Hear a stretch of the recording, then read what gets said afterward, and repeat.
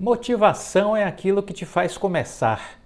Hábito é aquilo que te faz continuar. Jim Rohn. Então é uma grande verdade isso.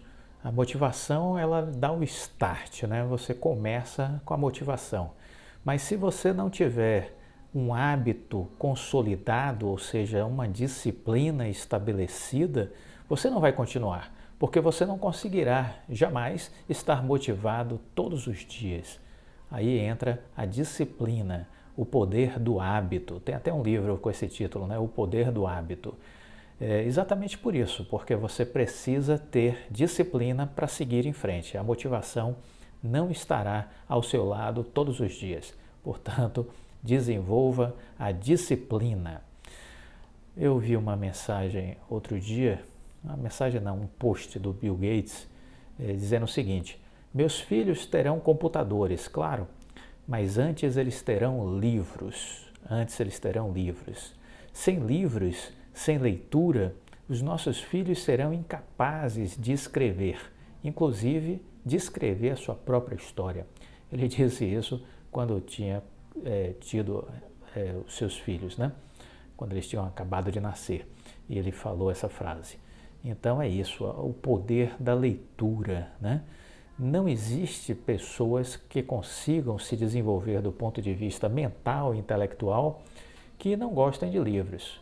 Isso é um problema. Então, se você não gosta de livros, você precisa passar a gostar, porque eles vão abrir a sua mente, eles vão lhe levar para locais onde você não imaginava que poderia estar. Eles vão lhe apresentar o conhecimento, eles vão lhe apresentar informações que serão valiosas para a construção de suas estratégias, suas tomadas de decisões. Então, desenvolva o hábito pela leitura. Passe a gostar de ler, né? Passe a gostar de ler. Isso é algo que você precisa cultivar. É aquele hábito, o poder do hábito, né? Então, você tem que ter o hábito de ler. Rockefeller tem uma frase também muito interessante: sempre procurei transformar os desastres em oportunidades. Isso é muito útil e muito inteligente, porque haverá sempre momentos de dificuldades. A questão fundamental é transformar esses momentos em oportunidades para aprendizado e para crescimento. Aqueles que têm essa capacidade conseguem se desenvolver mais rapidamente. Os que não têm essa inteligência, aí sim, esses vão ficando para trás, não tem por onde correr. Eu comentei um pouco sobre os números do quarto trimestre da Oi, né, de 2021 e o que esperar do balanço nesse final de semana, mas eu gostaria aqui de enfatizar, né, a importância de pagamentos que a Oi já fez em relação a dívidas que tinha, né? Então vamos resgatar a ideia de que a Oi já pagou aí cerca de 11 bilhões de dívidas. Considere a dívida do terceiro trimestre de 30 bilhões, tire 11, você chega a 19 bilhões. É essa a dívida da Oi, né? 19 bilhões atualmente. Foi pago o quê? Foi pago o BNDES, 4,64 bi. Essa dívida do BNDES foi cortada pela metade. Esses 4,64 bi é a metade. Mérito do Rodrigo Abreu, que aprovou essa redução de 50% na dívida lá atrás, na Assembleia de Credores, que aprovaram o plano de aditamento, com a oposição raivosa dos bancos que não queriam esse corte, mas tiveram que se submeter, porque houve ampla maioria de concordância em relação aos cortes dessas dívidas com os bancos, né? Então, foi pago o BNDES 4,64 bi. Houve uma operação em dólar feita pela Oi, de 880 milhões de dólares, foi resgatada, ela ia vencer em 2026 e foi resgatada agora já após o recebimento do dinheiro da Oi Imóvel. O CEO da empresa decidiu resgatar, antecipar a quitação dessa dívida.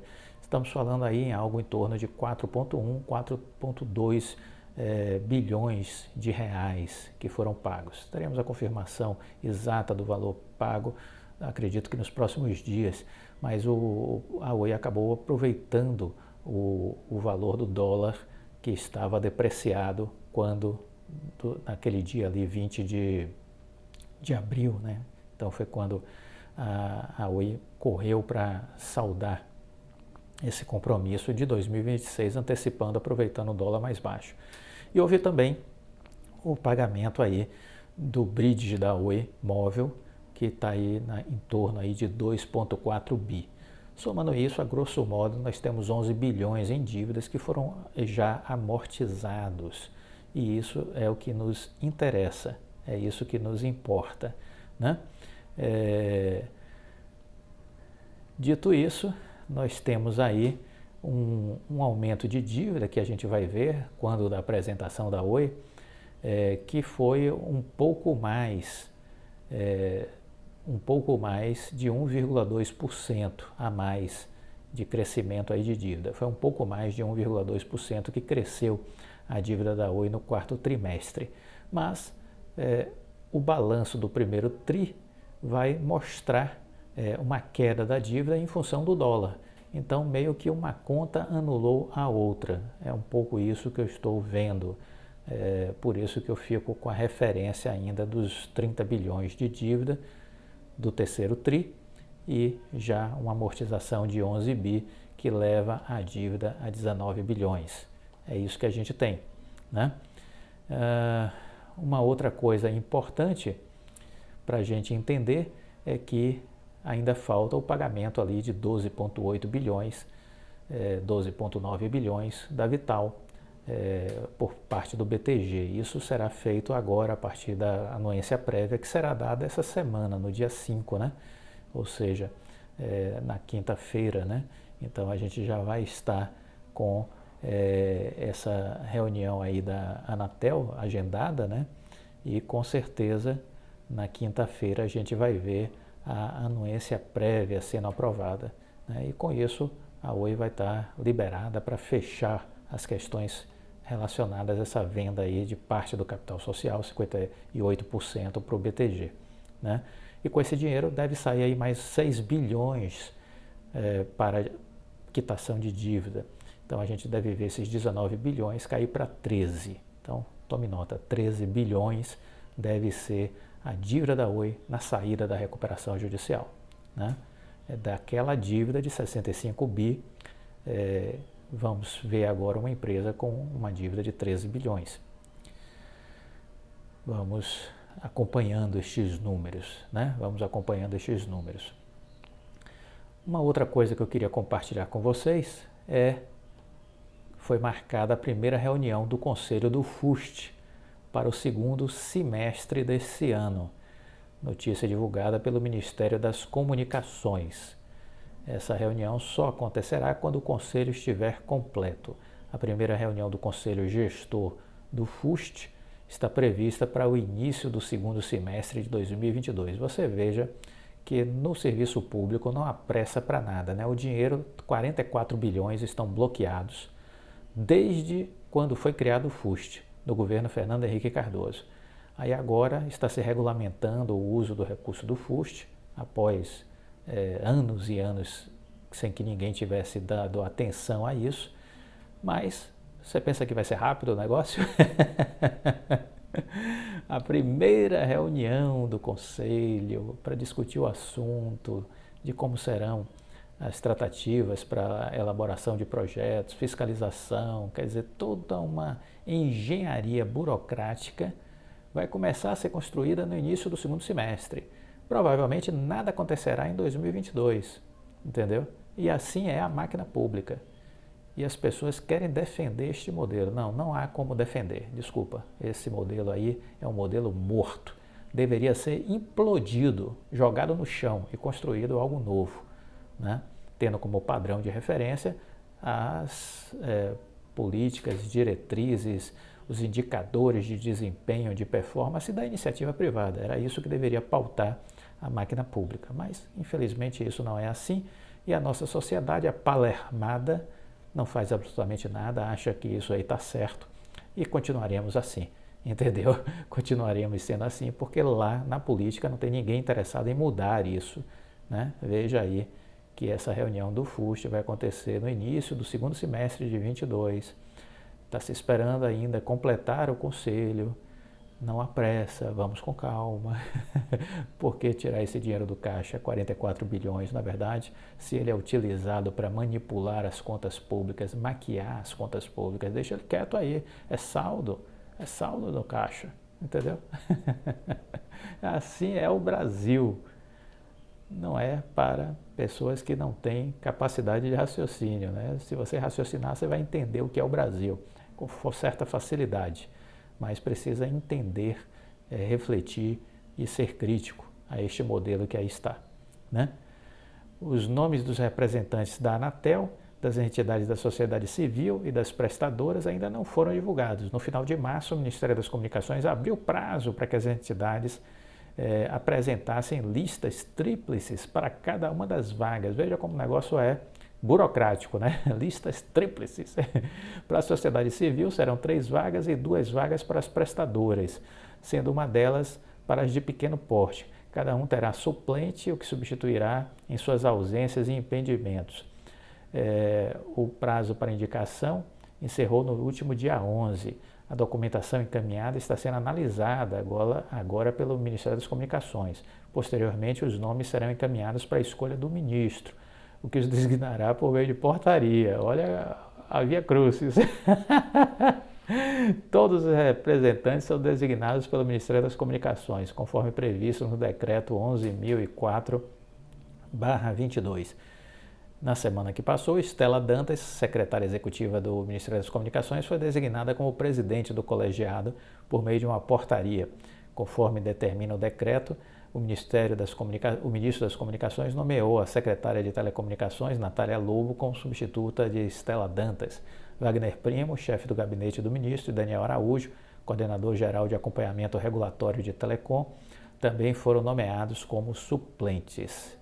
E assim vai a nossa burocracia, sem pressa, entendeu? A perder de vista. Ninguém tem muita preocupação com agilidade, não tem muita preocupação com produtividade, nada disso. O negócio vai com muita calma.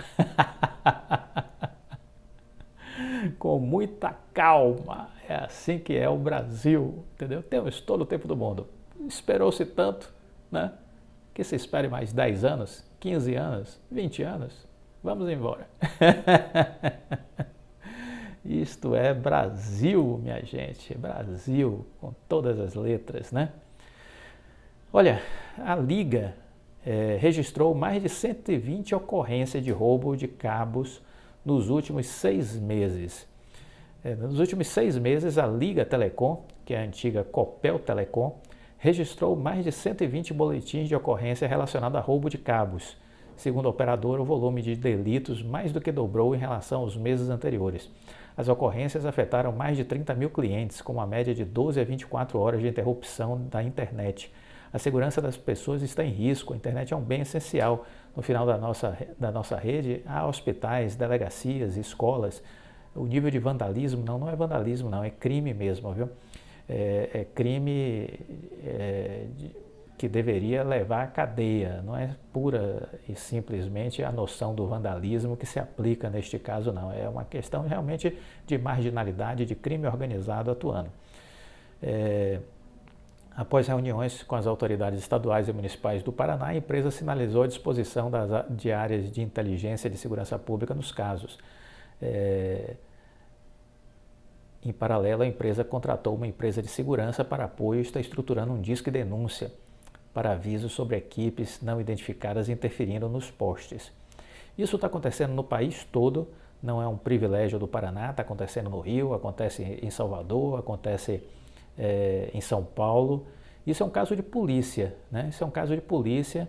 As empresas de telecom precisam botar a boca no trombone. Isso precisa ganhar o noticiário, ganhar as páginas dos jornais, das revistas, chegar às televisões. Precisa ser criado barulho em torno disso para que as forças policiais façam sua parte de investigação e cheguem aos criminosos que estão roubando fios, cabos, né, cortando, danificando. É preciso aí uma atuação de polícia, né? É uma atuação de polícia. E a sociedade precisa denunciar. Quando vê algo suspeito, fazer o disque denúncia aí com a polícia, né? Olha, a Vale, ela apresentou um lucro de 4,4 bilhões de dólares no primeiro trimestre. 4,4 bilhões de dólares foi o lucro da Vale no primeiro trimestre. Ela teve um desempenho inferior na ordem de 18%, comparando com o mesmo período do ano passado, quando este número foi de 5,47 bilhões de dólares. O resultado, contudo, veio acima do previsto pelo consenso, que era um lucro de 4,24 bilhões de dólares. Em reais, o lucro da Vale somou 23 bilhões de reais, hein? Desempenho inferior aos 31,8 bilhões do mesmo período do ano passado. A receita atingiu 10,8 bilhões de dólares no primeiro TRI, um pouco abaixo dos 12,5 bi um ano antes. Além disso, o faturamento caiu também na base trimestral, uma vez que a companhia fechou o trimestre em dezembro com receita de 13,1 bilhões de dólares. Na base trimestral, o faturamento da Vale regrediu, mesmo com o preço de referência do minério de ferro 62% FE, tendo avançado 29% na mesma comparação, para 141,1 a tonelada. A queda se deu porque a alta dos preços não conseguiu remediar totalmente, segundo a própria empresa, a baixa da produção. A receita líquida de finos de minério, de 7,2 bilhões de dólares, foi 17% na base trimestral, principalmente devido à sazonalidade climática usual no primeiro trimestre do ano, disse a Vale num documento divulgado no dia 27. A empresa vendeu entre janeiro e março 51,3 milhões de toneladas de minério de ferro, antes 57,6 milhões do primeiro TRI de 2021 e 81,7 milhões do quarto TRI de 2021. Na base anual, ajuda a justificar a queda de receita, além da menor produção, o recuo também do preço obtido por tonelada, sendo que nos 3 primeiros meses do ano passado este era de 167 dólares. A menor produção levou a um aumento de custo de caixa para a mineradora por conta da menor diluição dos gastos fixos. Os gastos foram pressionados também pela valorização do real frente ao dólar, pela alta dos combustíveis, o que levou o preço do frete, e as despesas com fino de minério líquidas de depreciação, contudo, ficaram estáveis, totalizando 202 milhões de dólares. O EBITDA da Vale, né, foi ajustado, ele foi de 6,3 bilhões de dólares, um pouco abaixo também do igual intervalo do ano anterior, que tinha sido de 8,6 bilhões. E recuando também na base trimestral, uma vez que entre outubro e dezembro ele tinha sido de 6,8 bilhões. Pesou sobre o desempenho da Vale, além do minério de ferro, os resultados operacionais de outros metais. A receita provinda deste braço recuaram, ficando em 1,9 bilhões de dólares, uma redução de 17,9% na base trimestral. Níquel e cobre, metais básicos que são destaque entre os produzidos pela empresa, também registraram menores volumes de venda entre janeiro e março. As baixas, porém, não se deram por conta das chuvas, mas sim por manutenções planejadas nas minas da Vale. A receita líquida com cobre foi de 534 milhões de dólares e com níquel de 866 milhões de dólares. O EBITDA ajustado de metais básicos foi de 751 milhões de dólares, 60 milhões de dólares abaixo do quarto trimestre. A Vale aproveitou e anunciou seu segundo programa de recompra de ações. Lembram que no ano passado ela fez um programa de recompra de ações e agora ela anunciou que vai iniciar um segundo programa de recompra de ações, né? Isso foi aprovado já pelo Conselho de Administração e eles esperam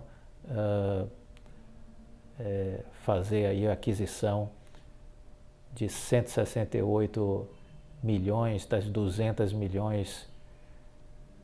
Por fim, a mineradora informou que seu Conselho de Administração aprovou um novo programa de recompra de ações ordinárias por conta da aproximação da conclusão do programa vigente, com aproximadamente 168 milhões das 200 milhões de ações recompradas até essa data.